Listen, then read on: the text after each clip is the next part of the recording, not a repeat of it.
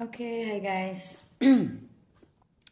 Eh, Mungkin sekitar setahun atau 2 tahun yang lalu, aku lupa exactly kapan.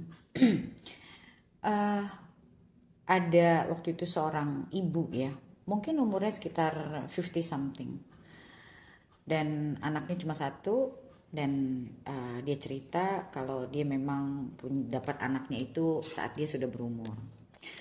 Anaknya masih kuliah saat itu, umur 19 tahun. Dan dia sempat ngikutin Instagramku lama dan dia tertarik dengan programku tentang um, True Feminine Woman, karena dia melihat anaknya itu agak keras dan dia melihat bahwa anaknya itu memang perlu belajar untuk bagaimana jadi perempuan yang dewasa, jadi perempuan yang seutuhnya, yang which is sebetulnya itu it's a very good thing ya, from a mom to think like that gitu menurutku. Jadi dia pingin anak itu umur 19 tahun, yang menurutku ya 19 tahun itu sudah boleh untuk belajar bagaimana untuk jadi seorang perempuan dewasa. Jadi preparing anaknya itu, karena sejujurnya untuk menjadi seorang wanita dewasa itu kan nggak ada manualnya ya gitu. Kita nggak belajar.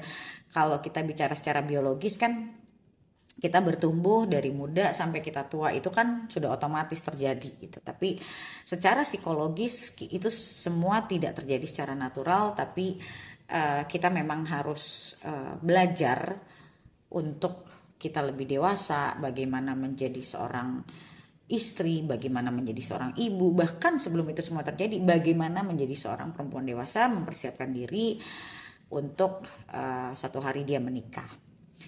Yang aku sangat appreciate cara pandangnya seperti itu gitu. Di situ dia bilang, iya aku pingin anakku itu belajar karena itu anakku satu-satunya. Dan akhirnya anaknya, aku bilang gini gini aja dulu, anaknya suruh coaching dulu sama aku satu kali, lihat sambil aku juga lihat dia orangnya seperti apa dan program apa. Dan memang untuk umur masih sekecil itu kan, 19 tahun ya nggak kecil juga, tapi umur semuda itu kan juga nggak harus belajar yang terlalu sulit juga, aku bilang. Jadi aku pengen kenal dulu sama anaknya, orangnya seperti apa. Akhirnya anaknya datang ke aku coaching sekali, dan actually anaknya cukup cukup cerdas kalau menurutku. Dan kalau ditanya apakah anaknya itu terlalu maskulin, juga sebenarnya enggak. Memang sisi kompetitifnya kelihatan, orangnya juga ambisius, tapi enggak terlalu maskulin lah aku bisa bilang. Walaupun ya anaknya cukup apa ya, orangnya pemberani juga gitu. Akhirnya ya aku cerita sama ibunya ini. Em, dan satu hari tiba-tiba ibunya nyari aku dan dia mau reading soal anaknya.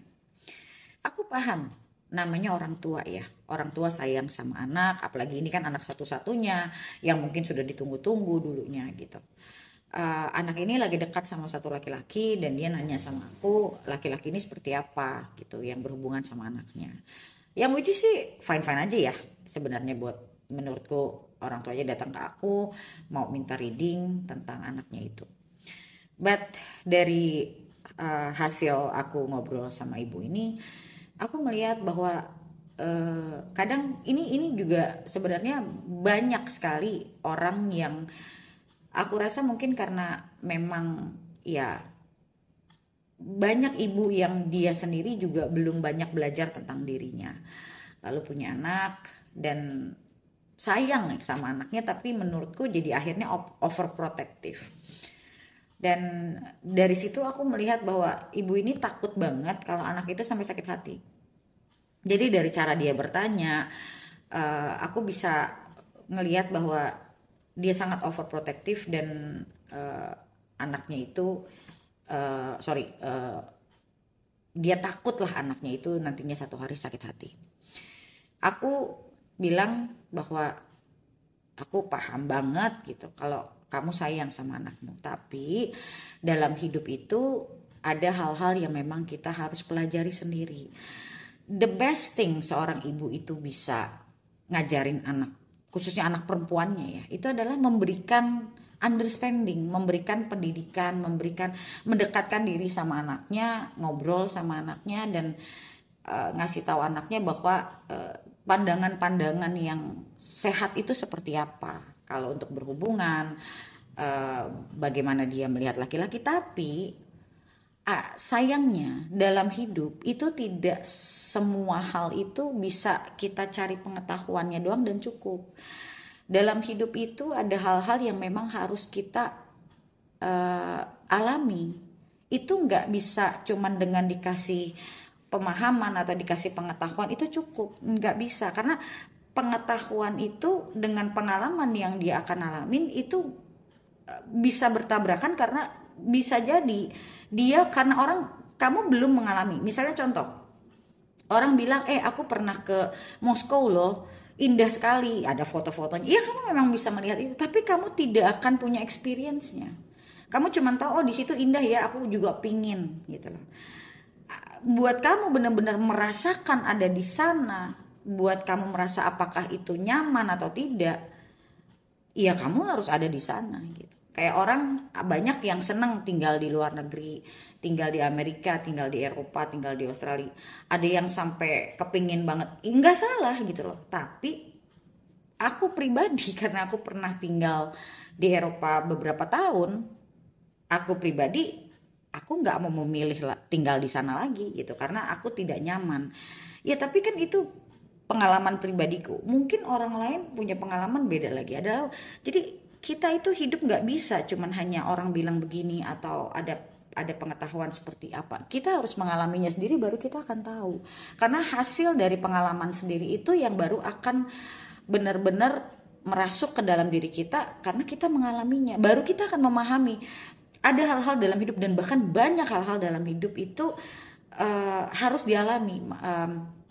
Orang bilang menikah itu seperti ini, tapi ada juga yang enggak begitu. Jadi balik lagi, pengetahuan itu menurutku itu menambah, tapi bukan menggantikan suatu pengalaman. Jadi pengetahuan itu akan menambah pemahaman kita terhadap sesuatu, tapi enggak akan menggantikan pengalaman. Nah, kalau kita mengalami dan kita sudah memahami dari pengetahuan-pengetahuan itu bakal bagus banget gitu. Kayak misalnya contoh, ibu ini takut anaknya sakit hati. Dia pengen anaknya itu bisa menjadi perempuan yang seperti. Aku bisa ngajarin anaknya, tapi anaknya itu juga harus bertumbuh dengan caranya sendiri. Dia mungkin harus bertemu sama orang-orang yang mungkin ya notabene mungkin bukan sakit hati tapi dia kecewa. Anggap seperti itu, nggak usah ngomongin sakit hati tapi dia kecewa karena mungkin akhirnya dia baru oh iya ya si coach ngomong begini, iya juga, karena pemahaman itu baru akan benar-benar masuk kerasanya dia kalau dia juga mengalami. Kalau cuman pengetahuan doang tanpa mengalami itu akhirnya cuman sampai di kepala doang. Tapi kan kalau pengalaman itu dia affecting our emotional gitu loh. Kita cuma membaca suatu itu tidak akan terlalu masuk ke dalam emosi, tapi mengalami sesuatu itu akan benar-benar ada emosi yang terjadi di sana gitu. Nah, ya aku bilang aku tidak memaksa, tapi kamu coba boleh pikir-pikir dulu bahwa kalau bisa biarkan anakmu berkembang secara natural, jangan terlalu ditakuti karena memang pengalaman itu harus dialami. Dan juga aku bilang jangan cuman berpikir tentang sisi buruknya doang. Bisa jadi dari pengalaman itu anakmu berkembang lebih baik lagi, bahkan dia akan bisa dapat wisdom di sana. Karena wisdom itu tidak akan pernah bisa kita dapatkan dari hanya kita cuman membaca atau mendengar, nggak bisa. Bahkan ada satu penulis yang menjadi idolaku juga, Robert Greene, itu dia bilang bahwa bahkan sampai se ekstrim ini bahwa yang namanya wisdom itu adalah pain plus experience. Bahkan dia nggak taruh knowledge di situ. Dia bilang pain and experience. Jadi orang baru bisa menemukan wisdom kalau dia mengalami sesuatu dan pain itu membuat sesuatu itu jadi begitu bermakna, gitu loh. Nah, jadi memang ada hal-hal dalam hidup kita ya buat kita sampai benar-benar memahami, bahkan sampai kita bisa merubah cara pandang kita, itu karena ada sesuatu yang harus kita alami dulu. Nah, knowledge itu atau pengetahuan itu mendampingi kita sepanjang jalan kita. Nah, jadi ibu ini ya harus ya buat mungkin orang-orang yang punya anak perempuan, karena aku bukan orang tua tapi aku seorang anak gitu. Eh, Anak itu harus dibiarkan dia punya pengalamannya, dia punya cerita. Kalau orang tidak mengalami, apa cerita dalam hidupnya? Nggak ada. Seseorang harus mengalami, walaupun itu sakit, itu pahit, itu painful, itu adalah pengalaman. Dan kalau pengalaman manusia itu cuma yang enak-enaknya doang, itu nggak bikin manusia itu kaya akan pengalaman loh. Orang yang kaya akan pengalaman adalah dia mengalami segala bentuk dan segala bentuk emosi. Dalam arti ada kekecewaan, ada rasa sakit, ada excitement, ada happiness, ada segala macam, itu jadi satu. Itu namanya baru hidup kita itu, kita banyak pengalaman kehidupan. Karena kita udah merasakan segala bentuk emosi di situ. Itu yang namanya richness. Nah, akhirnya aku bilang sama ibu itu, just give your give your daughter itu juga freedom dalam artian tapi ajarkan dia untuk bertanggung jawab sama hidupnya sendiri, ajarkan dia juga untuk mau lebih mencari pengetahuan, tapi jangan dipaksa-paksa untuk dia harus begini atau dia harus begitu, jangan sama si ini, jangan sama si itu. Aku ingat banget dulu waktu aku umur berapa ya, mungkin 20 tahun aja belum kayaknya, mungkin 19-20, iya seumur anaknya lah, 19-20 tahun. Aku ingat saat itu, atau mungkin bahkan aku masih lebih muda kali, like mungkin 17-18 kali. Aku ingat banget dulu mamahku itu salah satu orang yang gak pernah ngelarang anaknya macam-macam. Tapi dia kasih tahu, kamu kayak gini tuh ntar gini loh, nanti ini begini, nanti akan bisa jadi kayak gini loh gitu. Uh, aku inget banget dulu aku mau pacaran sama cowok kayak gimana pun, mamaku nggak pernah ada komentar apa-apa. Cuman ada satu laki-laki itu dulu, itu pun mamaku nggak bilang jangan sama dia, enggak. Mamaku cuma ngomong gini, kayaknya orangnya kurang apa ya, mamaku gitu ngomongnya, kurang bagus atau kurang apa deh. Tapi dia nggak pernah bilang jangan. Cuman stop sampai situ. Tapi karena mamaku juga orang yang nggak pernah ngatur-ngatur anak sedemikian rupa, mamaku bahkan cenderung membebaskan anaknya, walaupun ada namanya orang tua, ada ngasih tahu ini dan itu menurutku bahkan harus gitu. Apalagi saat itu aku masih hitungannya kan teenager gitu.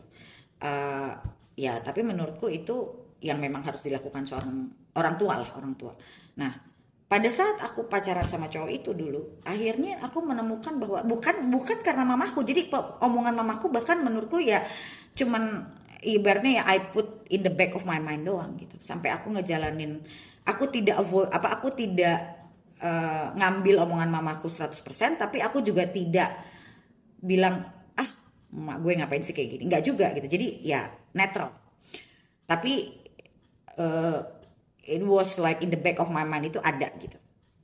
Jadi pada saat itu aku pacaran sama cowok itu, aku mengalami beberapa hal dan akhirnya mengingatkan aku pada omongan mamaku. Ini emak gue bener nih, yang ini emak gue bener nih. Dan saat itu akhirnya aku memutuskan untuk ngelepasin cowok itu. Nggak lama setelah itu aku dapat cowok baru sebenarnya. Jadi ya bahkan no regret at all, karena aku tahu itu yang terbaik. Bahkan aku bisa dibilang aku tuh hampir tidak pernah menyesal meninggalkan orang sebetulnya. Dan tapi saat itu karena aku juga termasuk masih cukup muda, akhirnya tapi setelah itu mamaku nggak pernah lagi ngomong. Jadi seumur hidupku dengan aku pacaran sama si A, si B, si C, mamaku itu cuman ngomong satu cowok itu doang. Jadi memang mamaku itu bukan orang yang overprotective. Jadi aku bisa ngerasain sebagai anak punya orang tua yang bisa ngasih tahu, tapi dia tidak overprotective. Dia membiarkan anaknya punya pengalaman. Menurutku itu that's the best gift that a child can experience sih menurutku. Karena I have no complaint at all. Bahkan menurutku aku bisa bilang mamaku itu ya salah satu ibu terbaik sih buat aku. Karena dia benar-benar kayak ngajarin anaknya, kamu tuh kalau bisa jangan kayak gini. Tapi ya dia nggak pernah melarang, nggak pernah apa, dia cuma ngasih tahu. Walaupun ya anak teenager kadang-kadang yang ya tahu sendiri kan, yang kayak udahlah gitu loh. Aku juga dulu kayak gitu loh, waktu aku teenager juga kayak gitu. Tapi ya makin aku dewasa, aku tahu seberapa sulitnya jadi seorang ibu untuk mengajarkan anaknya. Ada rasa takut juga dari sisi orang tua, kalau takut anaknya, apalagi kalau anaknya perempuan kan ya gitu, takut anaknya ntar dimainin cowok lah, takut anaknya sakit hati atau gimana. Menurutku itu sangat wajar dan sangat-sangat normal gitu. Tapi balik lagi, jangan taruh ketakutan kamu sebagai orang tua ke anakmu, karena ketakutan itu adalah ketakutan kamu, bukan ketakutan anakmu gitu loh. Tapi berikan dia pemahaman, berikan dia pandangan yang positif sebagai anak yang sudah lagi beranjak dewasa, untuk dia lebih memahami bahwa relationship itu seperti ini, bahwa relationship itu bisa begini. Bahkan bisa jadi kasih contoh ya, bukan hanya yang baik-baik atau yang buruk-buruk, tapi yang netral aja gitu loh. Karena jangan sampai anak itu jadi punya ketakutan sendiri, atau malah dia berpikir yang indah-indah doang gitu. Netral, realita itu kan netral sebenarnya. Orang mau kayak gimana pun juga ada ya kan. Nah, jadi berangkat dari pengalamanku sendiri sebagai seorang anak, aku merasa itu cara terbaik sih buat seorang ibu khususnya, karena biasanya ibu lebih dekat juga sama anak perempuannya, yang juga biasa ngomongin tentang hubungan dan segala macam. Umumnya ibu ya, walaupun ada juga yang dari bapaknya. Tapi menurutku ya, kasih pepandangan, jangan cuma kasih pandangan juga, tapi ajak ngobrol kalau bisa. Apalagi kan anak zaman sekarang beda ya sama zaman aku umur segitu dulu gitu. Karena zaman itu aku kan kita kan tidak punya sosial media gitu, jadi kita juga nggak tahu di luar kayak gimana. Tapi zaman sekarang anak bisa akses YouTube, anak bisa akses sosial media yang ada orang-orang ngomong begini dan begitu, yang mana mungkin dia belum cukup dewasa untuk menyaring hal-hal tertentu. Nanti ya lebih baik diajakin ngobrol yang, nah ini sebenarnya juga PR buat para orang tua, khususnya seorang ibu, bahwa jadi seorang ibu itu juga harus cerdas, dalam artian cerdas secara emosional. Jadi buat kayak kalian yang bakal jadi ibu pun, kalian nggak usah ngomong jadi ibu deh, jadi istri harus belajar lebih aware sama diri sendiri, harus belajar lebih punya emotional kecerdasan emosional yang baik. Supaya apa? Bukan cuma masalah sama pasangan kamu, itu juga akan berlaku untuk anak kamu. Jadi kamu bisa ngajarin anakmu juga dengan baik, nggak cuma nakut-nakutin atau nggak cuma motivasi, tapi ya ajarkan dia melihat realita kehidupan, yang mana nantinya pada saat dia masuk ke dalam kehidupan, dia berhubungan dengan banyak orang, dia nggak kaget, dia tahu dia harus bagaimana. Yang kurang untuk anak zaman sekarang itu adalah sense of self, yang menurutku sangat buruk. Banyak orang zaman sekarang itu nggak tahu dirinya siapa, nggak bisa ya terlalu jauh lah kalau ngomongin tentang tahu dirinya siapa. Walaupun sebenarnya umuran teenager udah mulai bisa diajarin sebenarnya, tapi bahkan zaman sekarang umur 30-40 tahun aja belum kenal sama dirinya gitu. Gimana mau ngajarin anaknya? Dia aja belum kenal sama dirinya. Dia aja masih sering ribut sama suaminya misalnya. Bagaimana anaknya dia bisa ajarin? Nah ini kan akhirnya jadi kayak domino effect ya, kemana-mana gitu. Nah itu. Jadi menurutku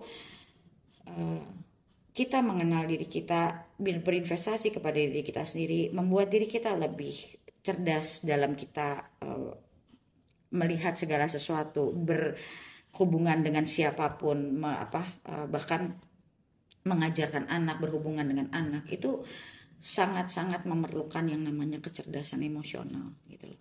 Jadi jangan sampai anak kita bertumbuh, anak kalian tuh bertumbuh dengan lingkungan yang salah, akhirnya dia terjebak ke dalam sana. Tapi juga jangan terlalu, karena orang tua yang terlalu ngelosin anaknya atau terlalu bahkan overprotective, dua-duanya nggak ada yang bagus. Harus di tengah-tengah, ada pendidikannya, ada, nggak boleh juga terlalu kaku. Jadi sama anaknya itu ya harus ya bicara, bukan kayak teman juga, tapi bicara tentang pengetahuannya apa. Karena kalau orang tua secara emosional juga jauh sama anaknya, ya anaknya tidak merasa orang tuanya ngomong itu dia pedulikan, karena kita harus mendekatkan diri dulu sama si anak itu juga nyaman, anak itu juga ada rasa percaya bahwa orang tuanya juga cerdas, makanya dia mau dengerin. Nama kalau orang tuanya aja ngajarin anak tapi dianya sendiri sering berantem sama suaminya, itu kan nggak connect. Jadi anaknya mikir, ah ngomongin gue, mama aja masih suka berantem masih papa tuh, gitu loh. Ya bukan berarti kita nggak boleh ribut, tapi bagaimana kan anak bisa ngelihat, anak itu kan bisa ngelihat apa, apalagi anak makin dewasa itu kan dia makin ngelihat contoh. Jadi semakin seorang ibu itu dia juga tahu bagaimana berelasi sama suaminya, anaknya juga punya kepercayaan sama dia, gitu. Okay, so guys, thank you so much for listening. I'll see you in the next video. Bye bye.